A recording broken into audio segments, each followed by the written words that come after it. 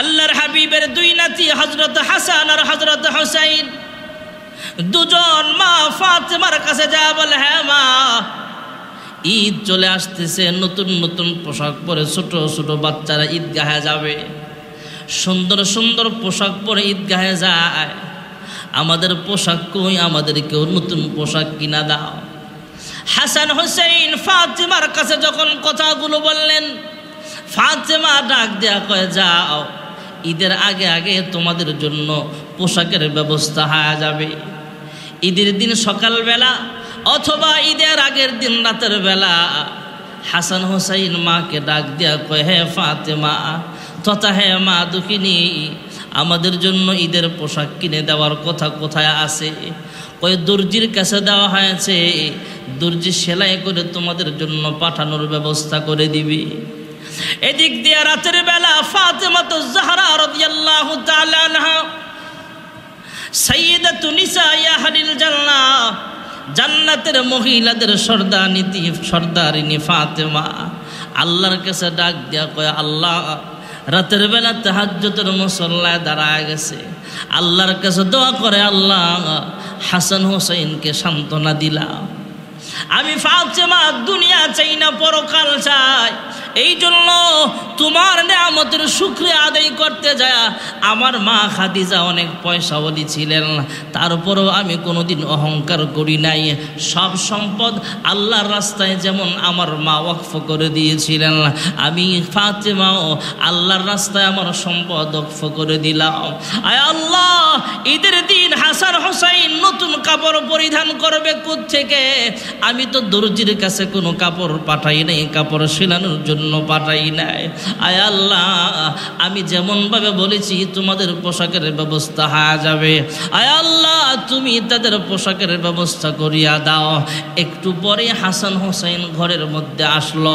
আয়েশা ডাক দেয়া কয়, মা, ও মা, দেখো না আমাদের নতুন পোশাক দোকানদার দর্জি বেচারা সেলাই করে আমাদেরকে পরায়া দিয়া গেছে। সুবহানাল্লাহ।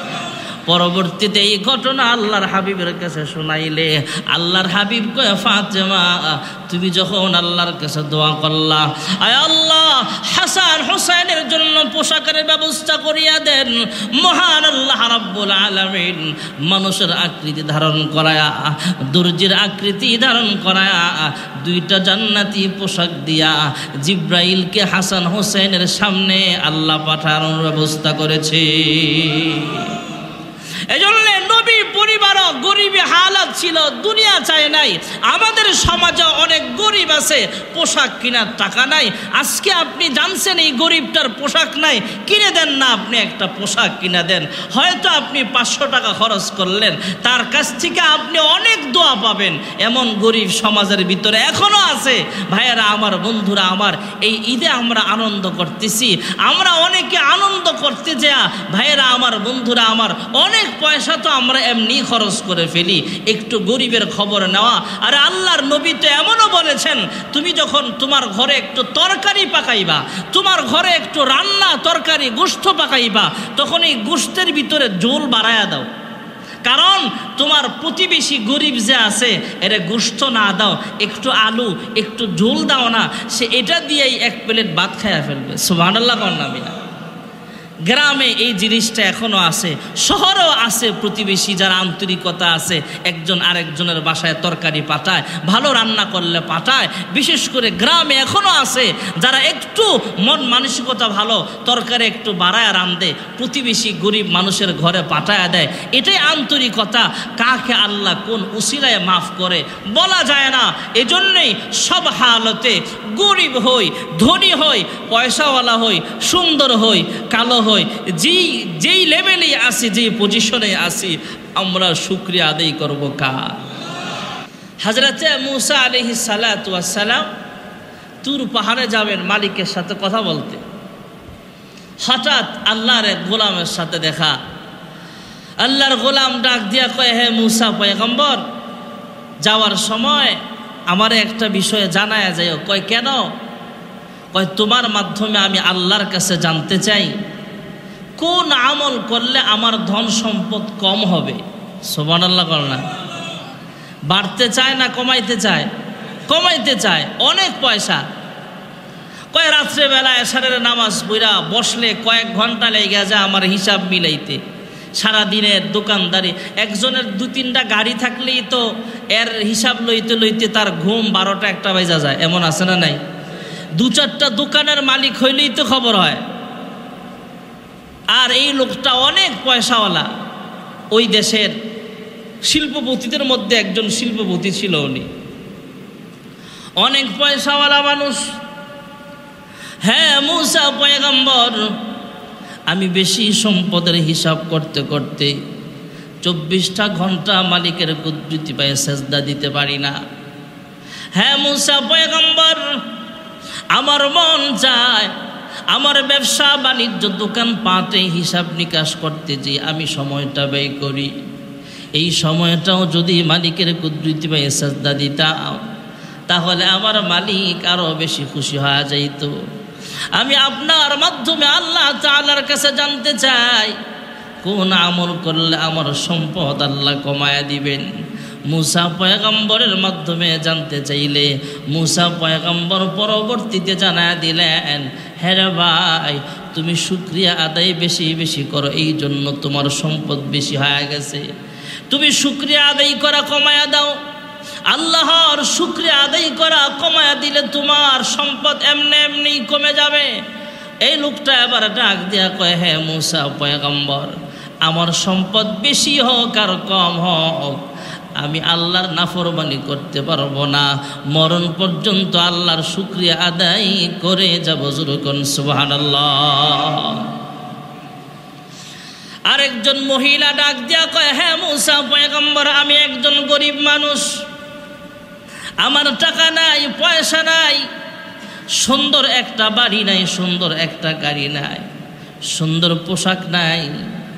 আমি মালিকের কাছে তোমার মাধ্যমে জানতে চাই কোন আমল করলে আল্লাহ তাআলা আমার সম্পদ বাড়ায়া দিবে। মুসা পয়গম্বরের মাধ্যমে মহান আল্লাহ তাআলা জানায়া দিলেন, এই মহিলাকে বলে দাও মহিলাটা যেন বেশি বেশি মালিকের শুকরিয়া আদায় করে। যুরকুন সুবহানাল্লাহ। لئن شكرتم لأزيدنكم ولئن كفرتم إن عذابي لشديد।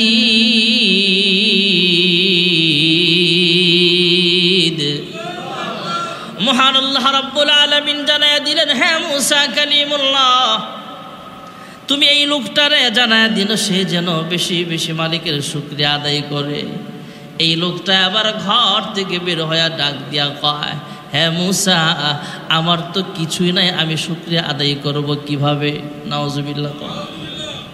আমি আপনাদের জিজ্ঞেস করি, একটা লোকের হাত আছে, পা আছে, একটা ছোট্ট ঘর আছে, জীর্ণ শীর্ণ পোশাক কম দামি হলেও আছে, আচ্ছা বলেন তো এই লোকটার শুকরিয়া আদায় করার মতো কিছু আছে না নাই?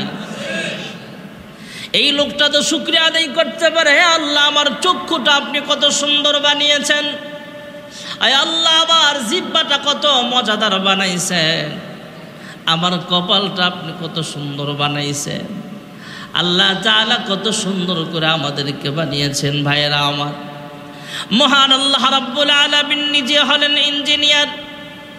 আল্লাহ তাআলা ফেরেশতাদেরকে বলে, হ্যাঁ ফেরেশতারা তোমরা আদমের বডি বানাও। ফেরেশতারা জিজ্ঞেস করে, হ্যাঁ মালিক আদমের বডিটা কেমনে বানাইলে আপনি খুশি হবেন? আল্লাহ তাআলা নিজেই ইঞ্জিনিয়ার, আল্লাহ জানায়া দিলেন এইভাবে এইভাবে তোমরা আদমের বডি বানাও। আয় আল্লাহ আদমের 2টা হাত কেমনে বানাইলে আপনি খুশি হবেন? আল্লাহ নিজে হলেন ইঞ্জিনিয়ার, জানায়া দিলেন এইভাবে বানাও। ফেরেশতারাও বানালেন। যখন চেহারা বানাইবার সময় আসলো, ফেরেশতারা আরজ করে, হ্যাঁ মালিক আদমের চেহারাটা কেমনে বানাইলে আপনি খুশি হবেন? আল্লাহ ডাক দিয়া কয়, হ্যাঁ ফেরেশতারা রে, আবার মুহাব্বতের মাখলুক, আদরের মাখলুক আদমের চেহারাটা তোমরা বানাইলে হবে না, আমি আল্লাহ নিজ কুদরতি হাত দিয়া আদমের চেহারাটা বানাতে চাই।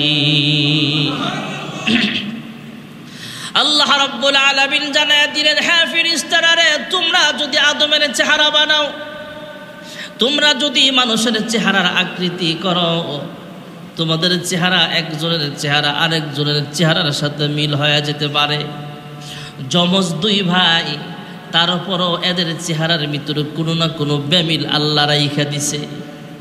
একজনের চোখের ফিঙ্গারিংয়ের সাথে আরেকজনের চোখের ফিঙ্গার মিলবে না, একজনের চেহারার ফিঙ্গারের সাথে আরেকজনের চেহারার ফিঙ্গার কোনোদিন মিলবে না। আল্লাহ তাআলা একটু হলো বেমিল বানায় দিছে। আল্লাহ ডাক দিয়া কয়, হ্যাঁ ফেরেশতারা রে, আব্দুল করিমের চেহারা যদি আব্দুল সাত্তারের চেহারার মতো হয়ে যায়, একজনের কারণে আরেকজন হাসরের ময়দানে ফেসে যেতে পারে, তোমাদের চেহারার বেমিল হয়ে যেতে পারে। হ্যাঁ ফেরেশতারা রে, বিভিন্ন কারণে তোমাদেরকে দিয়ে আদমের চেহারাটা আমি বানাইতে চাই না, আমি আল্লাহ নিজ কুদরতি হাত দিয়া বানাবো।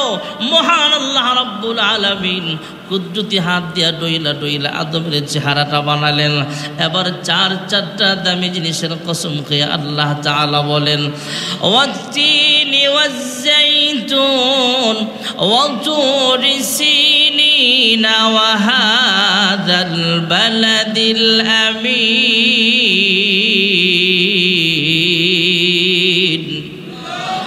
মহান আল্লাহ রাব্বুল আলামিন চারটা দামি জিনিসের কসম খেয়ে বলেন, আমি আল্লাহ সবচেয়ে সুন্দর করে মানুষ বানাইছি। জোরে করুন সুবহানাল্লাহ। আমরা যদি আমাদের চেহারার দিকে খেয়াল করি তাহলে আল্লাহর পরিচয় পাওয়া যায়, আমাদের হাতের দিকে খেয়াল করলে আল্লাহর পরিচয় আমরা পেয়ে যাব, আমাদের অঙ্গ প্রত্যঙ্গের দিকে তাকাইলে আল্লাহ তাআলার পরিচয় পাওয়া যায়। একটা মানুষের কিচ্ছু নাই, গরিব মানুষ, কিন্তু তাকে যে আল্লাহ মানুষ বানাইছে এই ব্যাপারেও আল্লাহর কাছে শুকরিয়া আদায় করা লাগবে। আয় আল্লাহ, আমার জঙ্গলের হাতি বানাইলে পারতা, আয় আল্লাহ আমাকে কুকুর বানাইলে পারতা, আয় আল্লাহ আমার শুয়োর বানাইলে পারতা, আয় আল্লাহ আমাকে গাধা বানাইলে পারতা, আমাকে বকরি বানাইলে পারতা, উট বানাইলে পারতা, আমাকে সাপ বিচ্ছু বানাইলে পারতেন, আমাকে তো আপনি গাছ গাছালি বানাইতে পারতেন, আমাকে তো চন্দ্র সূর্য বানাইলে পারতেন, আমাকে তো তারকা বানাইলে পারতেন, আয় আল্লাহ আমাকে ফিরিস্তা বানাইলে পারতেন, জিন বানাইতে পারতেন। আয় আল্লাহ তা না কইরা আশরাফুল মাখলুকাত বানাইছেন, এই জন্য আপনার কাছে শুকরিয়া জানাই। সুবহানাল্লাহ। আমাদের শুকরিয়া আদায় করার অনেক কিছু আছে। আমরা যারা শেষ নবীর উম্মত, আমরা তো আল্লাহর কাছে শুকরিয়া আদায় করতে পারবো। আল্লাহ, যদি নবী দেখি নাই, যদিও পয়গম্বরের চেহারা সরাসরি আমরা দেখি নাই, সাহাবী হতে পারি নাই, তবে আল্লাহ শেষ নবীর উম্মত আমাকে বানাইছেন। আমারে তো মুসা নবীর উম্মত বানাইলেও পারতেন, আমাকে তো ঈসা নবীর উম্মত বানাইলেও পারতেন, আমাকে তো নূহ পয়গম্বরের উম্মত বানাইলেও পারতেন, আমাকে আদম পয়গম্বরের উম্মত বানাইলেও পারতেন। আয় আল্লাহ, আমাকে এমন নবীর উম্মত বানাইছেন হাসরের ময়দানে যেই নবীর উম্মত জান্নাতে প্রবেশ করার আগে অন্য কোন নবীর উম্মত জান্নাতে ঢুকার অনুমতি পাবে না। জোরে করুন সুবহানাল্লাহ। এটাও একটা শুকরিয়া আদায় করার ব্যাপার। আলহামদুলিল্লাহ বলেন।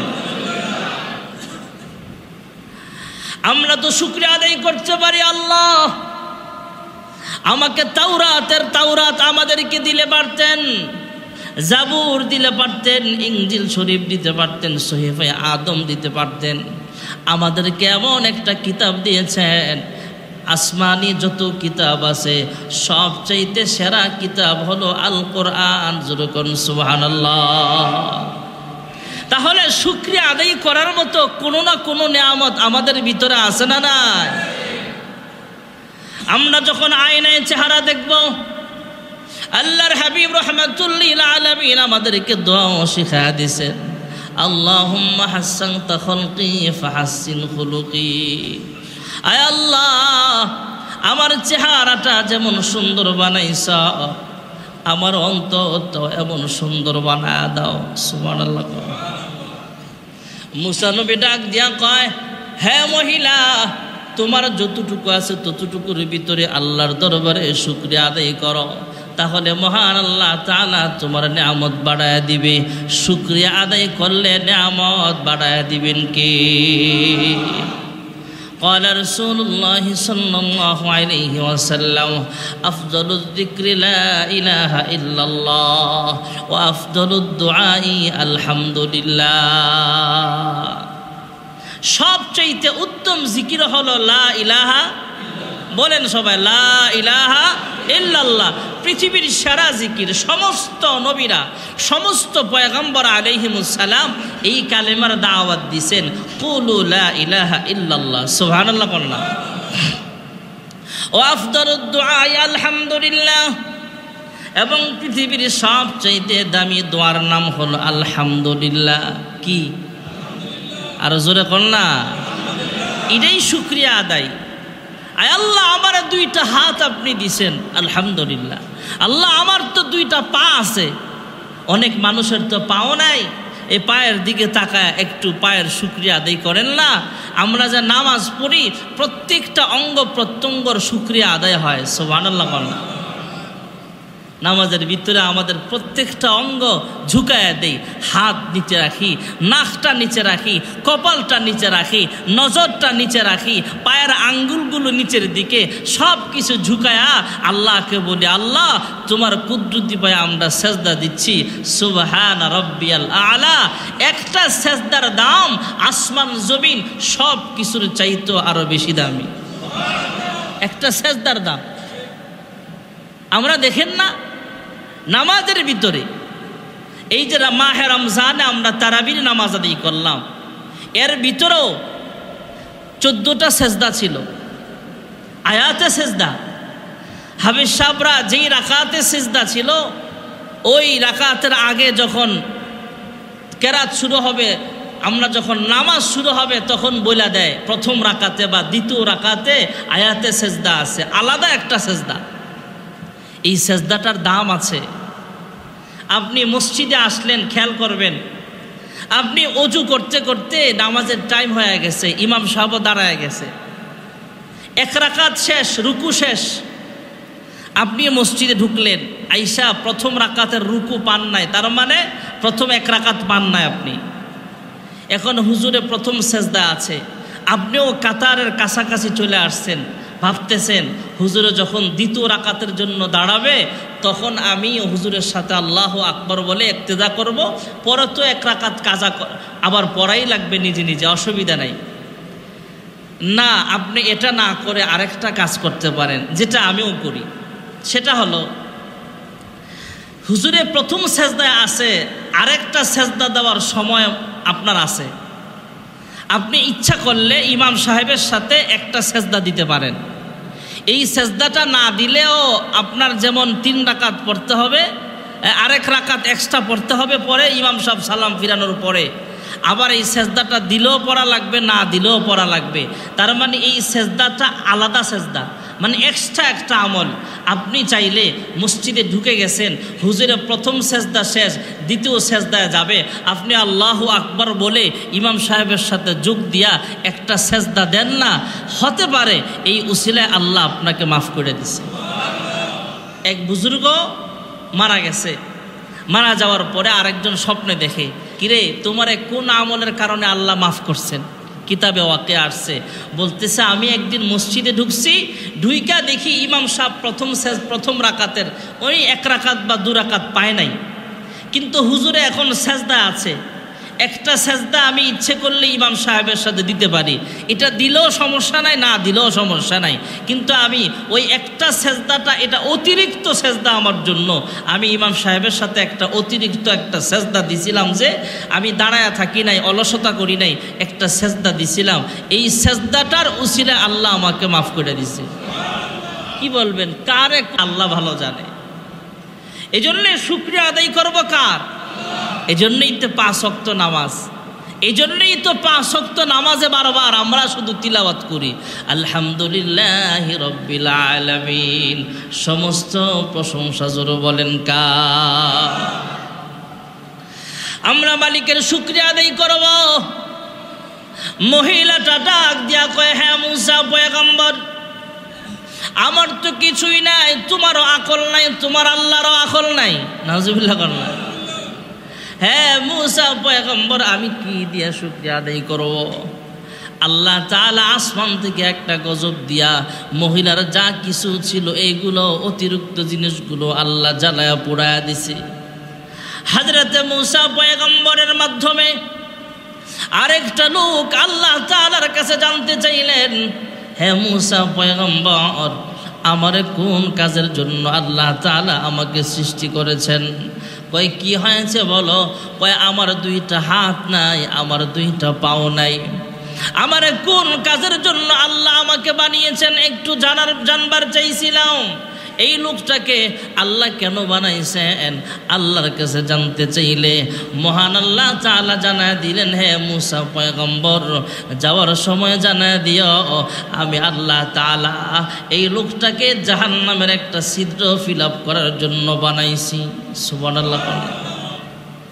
একটা কাজের জন্য বানাইছে, কিন্তু কাজটা ভালো না, তো কাজটা তো ভয়ঙ্কর খারাপ। জাহান্নামে দেওয়ার জন্য বানাইছেন। জান্নাত আর জাহান্নামের মাঝে একটা ছিদ্র আছে, এই ছিদ্রটা ফিল আপ করে দিবেন। এই লোকটা শোনা মাত্র জবান খুলে ডাক দেয়া কয়, আল্লাহ, আমি ভেবেছিলাম আমার দুইটা হাত নাই, আমার দুইটা পা নাই, আমি হেঁটে হেঁটে মসজিদে যেতে পারি না, আমি দুইটা হাত দিয়া কাজকর্ম করে খেতে পারি না। আয় আল্লাহ, ভেবেছিলাম আমার চাইতে অসহায় মানুষ মনে হয় জমিনে আর কেউ নাই, আমারে বুঝি বেহুদাই আপনি এমনি সৃষ্টি করেছেন। এখন দেখি বিশাল একটা কাজের জন্য আমার বানাইছেন, এই জন্য আপনার কাছে শুকরিয়া আদায় করি। সুবহানাল্লাহ। এটা আমাদের দ্বারা তো সম্ভব না যে আল্লাহ জাহান্নামে দিবে তাও শুকরিয়া আদায় করা, কিন্তু লোকটার আল্লাহ তাআলা তার মাথায় এমন বুদ্ধি দিছে, সে বুদ্ধি খাটায় আল্লাহকে ডাক দেয়া কয়, আল্লাহ আমার জাহান্নামে দাও, অসুবিধা নাই। সুবহানাল্লাহ। এই লোকটা জবান লড়ায় লড়ায় বলে, হ্যাঁ মালিক, হ্যাঁ পরওয়ারদিগার আলাম, আমার জাহান্নামের আগুনে জ্বালাইবা, কোনো অসুবিধা নাই, তবে আমার দেহটাকে এত লম্বা বানায় দিও, আমার দেহটাকে এত মোটা তাজা বানায় দিও, আমার একার দ্বারা যাতে জাহান্নামটা ফিল আপ হয়ে যায়, জমিনের কোনো অন্য মানুষ যাতে জাহান্নামের আগুনে জ্বলা না লাগে। সুবহানাল্লাহ।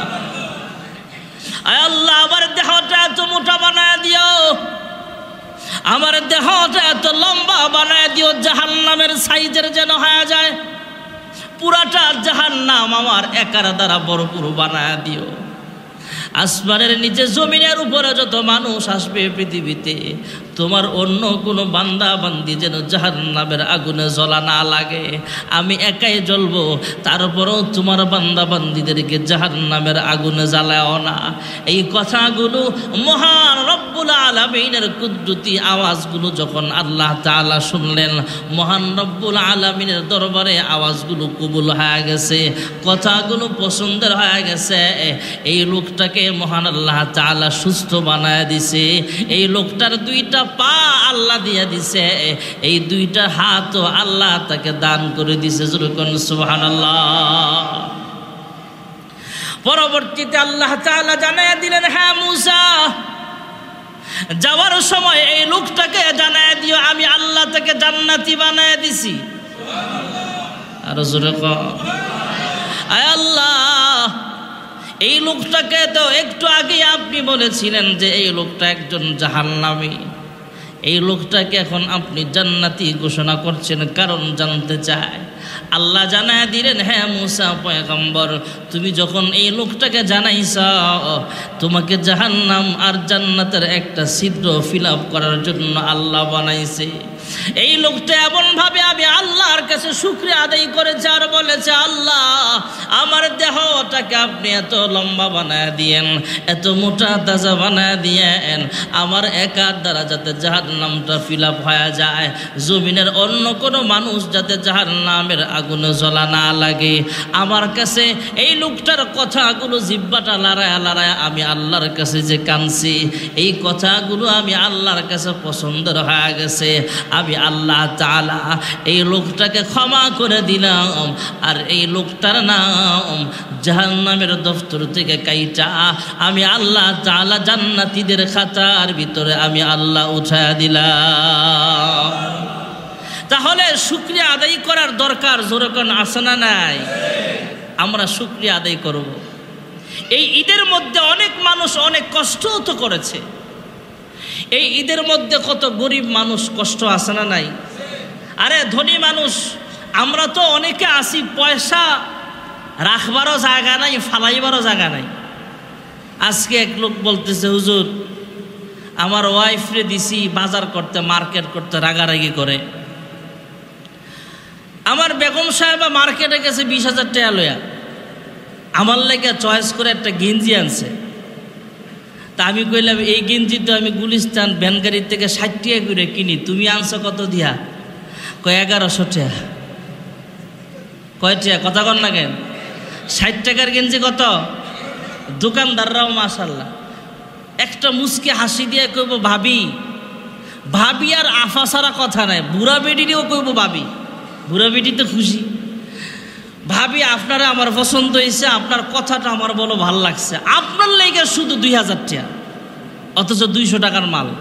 এখন যখন এ কথা কইছে ভাবি আপনার জন্য 2000 টাকা, এই 200 টাকার মাল হোক আর 100 টাকার মাল হোক, এ তো আর কম কইতারে না, এর সাথে 20,000 টাকা আছে না। কয় 1000 টাকা দিবেননি? কয় ভাবি লস হইব। কি লাভ হইব না লস হইব? ভাবি লস হইব, একটু বাড়ন লাগবো। পরে 1100 টাকাটা লই আইছে। আচ্ছা, আমরা অনেকেই তো ভাবি যে ঈদ আসলে মনে হয় নতুন কাপড় কিনা লাগবে। কই, আমি তো নতুন একটা পাগড়ি কিনি না ঈদের সময়। আমার কথাটা আমি বলি, আমি ঈদের সময় কিচ্ছু কিনি না আমার জন্য। যেগুলো দেখছেন বা দেখতেছেন এগুলো আগের কেনা, এখন কিচ্ছু কিনি নাই। আমার বেগম সাহেবা শুধু আমাকে বলছে যে একটা 3 পিস আইনা দাও না। আমি কইছি মাহফিলের সিজনে যখন দেই ওইটাই, এখন আর পাইবা না এক্সট্রা। ওইটির ভিতরে যেটা নতুন আছে, যেটা ভালো আছে ওইটা পইরা নাও। আর যদি কাপড় না থাকে তখন কিনা দেব এক্সট্রা। এখন ঈদ উপলক্ষে নতুন কাপড় কিনবো না আমি, দেই নাই যে দেই নেই। যদি অন্য আত্মীয় স্বজন কেউ ঘনিষ্ঠ ভাই বোন, ভাই ব্রাদার দিয়ে থাকে, ভাই বোন দিয়ে থাকলে ওইটা না, আমি দেই না। বলার উদ্দেশ্য হলো, আমাদের অনেকের মনে এই কথা জাগে যে ঈদ আসলে মনে হয় নতুন মার্কেটিং করা লাগবে, নতুন পোশাক কিনা লাগবে। না, আপনার পোশাকের ভিতরে যেটা সবচেয়ে ভালো, যেটা চয়েসফুল, ওটা আপনি পরেন। নতুনই কিনতে হবে তা না। নতুন কাপড়টা কিনেও তো আমাদের ধোয়া লাগে।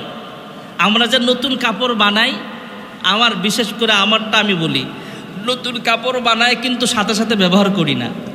এটাকে একবার ধুইয়া এরপরে ইস্ত্রি দিয়ে তারপরে ইউজ করতে হয়। কারণ এটার ভিতরে অনেকের হাত লাগে, নাপাকেও লেগে থাকতে পারে।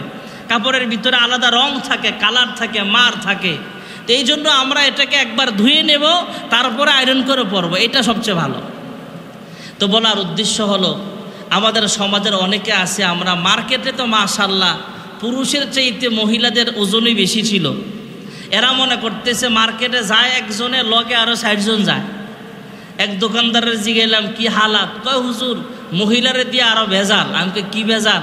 কয় হুজুর একজনে একটা 3 পিস নিব, আয়ে 60 জন, লগে আরও 3 জন আয়ে ঘুরতে, পুরোটা দোকান গুটটা লায়। এরপরে লাস্টে কয় কাপড় পছন্দ হয় নাই। এমন ঝামেলা মহিলাদের ভিতরে আছে। এই জন্য মহিলাদের বদনাম বলা উদ্দেশ্য না। ঈদ আসলে মহিলাদের কি দরকার মার্কেটে যাওয়ার? আমরা যারা পুরুষ লোক আছি, আমরা যারা ওলামাই কেরাম আছি, অধিকাংশ ওলামাই কেরামের স্ত্রীরাই মার্কেট করে না, মার্কেটে যায় না। এই জন্যই কি আমাদের বউ ফোলাফাইন না খায়া থাকে বা কাপড় না পরে থাকে নাকি? বাসায় যায় দেখেন ওলামাই কেরামদের বাসায় আপনার ওয়াইফের চাইতে আরও ভালো চালায় আল্লাহ। আপনার চেয়ে বেতন কম, আপনার চেয়ে ইনকাম কম, আমার বউ মার্কেটে যায় না, আমার ফোলাফাইন মার্কেটে ঘুরে না, এরপরও আল্লাহ আপনার চেয়ে ভালো রাখে। কেন রাখে? শুধু এই আন্তরিকতাটা যে ঈদ আসলে বা কোনো অনুষ্ঠান আসলেই মহিলারা মার্কেটে যাওয়া লাগবো, এটা একটা ফ্যাশন হয়ে গেছে। আমারে টাকা দাও মার্কেটে যাবো, এমন ফ্যাশন আমাদের সমাজে আছে না নাই? এটা আমাদের আস্তে আস্তে আপডেট হওয়া দরকার। কি দরকার মার্কেটে যাওয়ার? একজন পুরুষ লোক মার্কেটে গেলে সে পুরা ফ্যামিলির মার্কেট করে আনতে পারে। সে কামাই যেমন করতে পারে, খরচও করতে পারে। সে আর 60 টাকার জিনিস 1100 টাকা দিয়ে আনবে না। আর দোকানদাররা মহিলারা গেলে বেশি খুশি, কারণ মহিলারা বাবি কয়া, আফা কয়া 10 টাকার জিনিস 110 টাকা রাখতে পারে। এই জন্যে কথা বলার উদ্দেশ্য হলো ভাই, দুনিয়াতে পৃথিবীর জমিনে আমরাও যখন ছোট ছিলাম, একদম ছোট যখন ছিলাম, তখন দেখছি কয়েকবারে মিলায়া একটা বিয়ার শাড়ি, মহল্লার ভিতরে 2-3টা বিয়ার শাড়ি থাকতো। যায় যে একটু পয়সাওয়ালা, এর শোকেসে একটা বিয়ার শাড়ি আছে, চাস্তো বোন জ্যাঠতো বোন বিয়া শাদি দিলে এই শাড়িটা হাওলাত নিত 2-3 দিনের লেগা, নিয়ে সেরা এই শাড়িটা পরায়া বিয়া শাদি দিত। এমন ছিল কি ছিল না?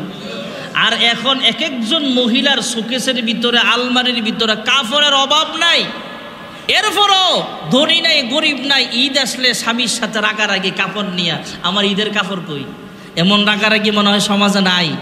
আর কেয়ামত লাগাইলে ঘর যদি আপনি নতুন কাপড় আইনা না দেন বা মার্কেট করার টাকা না দেন। মহিলাদের এগুলো থেকে আস্তে আস্তে সচেতন হওয়া দরকার। আলহামদুলিল্লাহ, ইল্লা মাশাআল্লাহ, সমাজের অনেক মহিলারা কিছু সচেতন আছে, যারা মার্কেটেও যায় না, স্বামী যতটুকু দেয় অতটুকুর ভিতরে সন্তুষ্ট। এটাই তো জান্নাতি ফ্যামিলি। সুবহানাল্লাহ। এই জন্য আমরা শুকরিয়া আদায় করব কার? সমাজের ভিতরে অনেকের কাপড়ের অভাব নাই, অনেকের কাপড়ের জাকাতও দেওয়া লাগে। 40টা কাপড় আছে, একটা কাপড় জাকাত দেওয়া লাগে। আমাদের ফ্যামিলিতে একজন এমন আছে, বলবো না কে এটা, আমাদের ফ্যামিলিতে একজন এমন আছে, আমরা ভাই বোন মিলে তো একটা সংসার, একটা ফ্যামিলি, 5 ভাই 1 বোনের এক সংসারে একজন এমন আছে যারা অনেক পোশাক।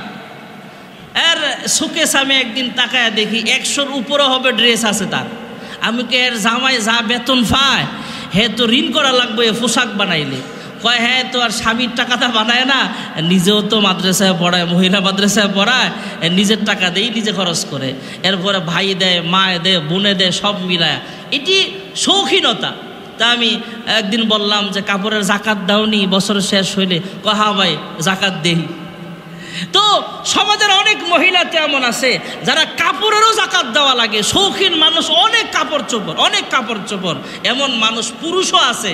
আমি কলকাতা গেলাম মাহফিলে, কলকাতার একজন বক্তা আমাদের বাংলাদেশে আসছিল, নাসিরউদ্দিন মিসবাহ, আমাদের মসজিদে আসছিল একদিন, কয়েক ঘন্টার মেহমান হয়েছিল। পরে আমি নাস্তা খাওয়ার পরে গাড়িতে তুলে দিয়েছিলাম। তো রমজানের আগে আসছিল নাসিরউদ্দিন মিসবাহ, কলকাতার একজন আলোচক বক্তা। তা আমি কলকাতার সফরে, গত রোজার পরে সম্ভবত কুরবানির আগে কলকাতা সফরে গেলাম। তো সফরে যায় ওনার মসজিদের মেহমান হলাম। তো ওনার রুমে যায় দেখি ওনার পাঞ্জাবি অনেক, রুমাল অনেকগুলো, রুমাল বিভিন্ন কালারের রুমাল, আর টুপি 100-র উপরে শুধু টুপি। আমি গুনছি নিজে, 100-র উপরে শুধু টুপি আছে, বিভিন্ন টুপি বিভিন্ন কালারের। আমি জিজ্ঞেস করলাম, ভাই আপনার কি দোকান আছে নাকি টুপি আর রুমালের? না হুজুর, এই সবগুলো আমার ব্যবহারিক জিনিস। আমি কি আপনি বেতন ফান কত? কয় 12,000 টাকা দেয়, ওই দেশের 12,000 টাকা, মসজিদের ইমামতি। আমি ইমামতি করে 12,000 টাকা পান, এতগুলো টুপি, আপনার টুপির দামও তো হয় না। কয় হুজুর, বেতনের টাকা দেয় কি আর টুপির টাকা হইব নাকি? আমার শৌখিনতা, আমার অভ্যাস, বেশি কাপড় চোপড়, বেশি টুপি, বেশি কাপড় চোপড় আমি কিনি, যেটা পছন্দ হয় ওইটাই কিনি। আমি ওকে জাকাত দেন তো, জাকাত হিসাব করে দিয়ে দিয়েন বছর শেষ হলে। বলার উদ্দেশ্য হলো, সমাজে অনেক মানুষ আছে এমন যাদের কাপড় চোপড় অনেক, ড্রেস অনেক, পুরুষ হলে টুপি অনেক, পাগড়ি অনেক, পাঞ্জাবি অনেক, লুঙ্গি অনেক, পাজামা অনেকগুলা। আর সমাজে কিছু মানুষ তো গরিবও আছে যাদের কাপড় চোপড় নাই, এমন আছে না নাই? আল্লাহর হাবিব রাহমাতুল লিল আলামিন দুনিয়া চান নাই, পরকালীন নিয়ামত আল্লাহর কাছে বেশি বেশি চাইতেন। এজন্যই তো মহান আল্লাহ তাআলা বলেন, ওয়ালাল আখিরাতু খায়রুল লাকা মিনাল উলা। দুনিয়ার নিয়ামতের চাইতে আমি আল্লাহ পরকালীন নিয়ামত আমি আল্লাহ আরো বাড়ায়া দিলাম। আল্লাহর হাবিবের 2 নাতি হযরত হাসান আর হযরত হুসাইন, দুজন মা ফাতেমার কাছে যা বলে, হ্যাঁ মা, ঈদ চলে আসতেছে, নতুন নতুন পোশাক পরে ছোট ছোট বাচ্চারা ঈদগাহে যাবে, সুন্দর সুন্দর পোশাক পরে ঈদগাহে যায়, আমাদের পোশাক কই, আমাদেরকেও নতুন পোশাক কিনা দাও। হাসান হুসাইন ফাতেমার কাছে যখন কথাগুলো বললেন, ফাতেমা ডাক দেয়া কয়, যাও, ঈদের আগে আগে তোমাদের জন্য পোশাকের ব্যবস্থা হয়ে যাবে। ঈদের দিন সকালবেলা অথবা ঈদের আগের দিন রাতের বেলা হাসান হোসাইন মাকে ডাক দিয়া কয়, হে ফাতেমা তথা হে মা দুঃখিনী, আমাদের জন্য ঈদের পোশাক কিনে দেওয়ার কথা কোথায় আছে? কয় দর্জির কাছে দেওয়া হয়েছে, দর্জি সেলাই করে তোমাদের জন্য পাঠানোর ব্যবস্থা করে দিবে। এদিক দিয়ে রাতের বেলা ফাতেমাতুজ জাহরা রাদিয়াল্লাহু তাআলা আনহা সাইয়্যিদাতু নিসাই আহলিল জান্নাহ, জান্নাতের মহিলাদের সর্দারিনী ফাতেমা আল্লাহর কাছে ডাক দিয়া কয়, আল্লাহ রাতের বেলা তাহাজ্জুদের মুসল্লায় দাঁড়ায় গেছে, আল্লাহর কাছে দোয়া করে, আল্লাহ হাসান হোসেনকে সান্ত্বনা দিলাম। আমি ফাতেমা দুনিয়া চাই না, পরকাল চাই। এই জন্য তোমার নিয়ামতের শুকরিয়া আদায় করতে যায় আমার মা খাদিজা অনেক পয়সাওয়ালি ছিলেন, তারপরেও আমি কোনোদিন অহংকার করি নাই। সব সম্পদ আল্লাহর রাস্তায় যেমন আমার মা ওয়াকফ করে দিয়েছিলেন, আমি ফাতেমাও আল্লাহর রাস্তায় আমার সম্পদ ওয়াকফ করে দিলাম। আয় আল্লাহ, ঈদের দিন হাসান হোসেন নতুন কাপড় পরিধান করবে কোত্থেকে? আমি তো দর্জির কাছে কোনো কাপড় পাঠাই নাই, কাপড় সেলানোর জন্য পাঠাই নাই। আয় আল্লাহ, আমি যেমনভাবে বলেছি তোমাদের পোশাকের ব্যবস্থা হয়ে যাবে। আয় আল্লাহ, তুমি তাদের পোশাকের ব্যবস্থা করিয়া দাও। একটু পরে হাসান হোসেন ঘরের মধ্যে আসলো। আয়েশা ডাক দেয়া কয়, মা ও মা, দেখো না আমাদের নতুন পোশাক দোকানদার দর্জি বেচারা সেলাই করে আমাদেরকে পরায়া দিয়া গেছে। সুবহানাল্লাহ। পরবর্তীতে এই ঘটনা আল্লাহর হাবিবের কাছে শোনাইলে আল্লাহর হাবিব কয়, ফাতেমা তুমি যখন আল্লাহর কাছে দোয়া করলা, আয় আল্লাহ হাসান হোসেনের জন্য পোশাকের ব্যবস্থা করিয়া দেন, মহান আল্লাহ রাব্বুল আলামিন মানুষের আকৃতি ধারণ করায়া, দর্জির আকৃতি ধারণ করায়া দুইটা জান্নাতি পোশাক দিয়া জিব্রাইলকে হাসান হোসেনের সামনে আল্লাহ পাঠানোর ব্যবস্থা করেছে। এজন্য নবী পরিবারও গরিবী হালাত ছিল, দুনিয়া চায় নাই। আমাদের সমাজে অনেক গরিব আছে, পোশাক কেনার টাকা নাই। আজকে আপনি জানছেন এই গরিবটার পোশাক নাই, কিনে দেন না, আপনি একটা পোশাক কিনে দেন। হয়তো আপনি 500 টাকা খরচ করলেন, তার কাছ থেকে আপনি অনেক দোয়া পাবেন। এমন গরিব সমাজের ভিতরে এখনো আছে। ভাইয়েরা আমার, বন্ধুরা আমার, এই ঈদে আমরা আনন্দ করতেছি, আমরা অনেকে আনন্দ করতে যা ভাইয়েরা আমার, বন্ধুরা আমার, অনেক পয়সা তো আমরা এমনি খরচ করে ফেলি। একটু গরিবের খবর নেওয়া। আর আল্লাহর নবী তো এমনও বলেছেন, তুমি যখন তোমার ঘরে একটু তরকারি পাকাইবা, তোমার ঘরে একটু রান্না তরকারি গোশত পাকাইবা, তখন এই গোশতের ভিতরে ঝোল বাড়ায়া দাও। কারণ তোমার প্রতিবেশী গরিব যে আছে, এর গোশত না দাও, একটু আলু একটু ঝোল দাও না, সে এটা দিয়েই 1 প্লেট ভাত খাইয়া ফেলবে। সুবহানাল্লাহ কন্যা মিনা। গ্রামে এই জিনিসটা এখনো আছে, শহরেও আছে। প্রতিবেশী যারা আন্তরিকতা আছে, একজন আরেকজনের বাসায় তরকারি পাঠায়, ভালো রান্না করলে পাঠায়।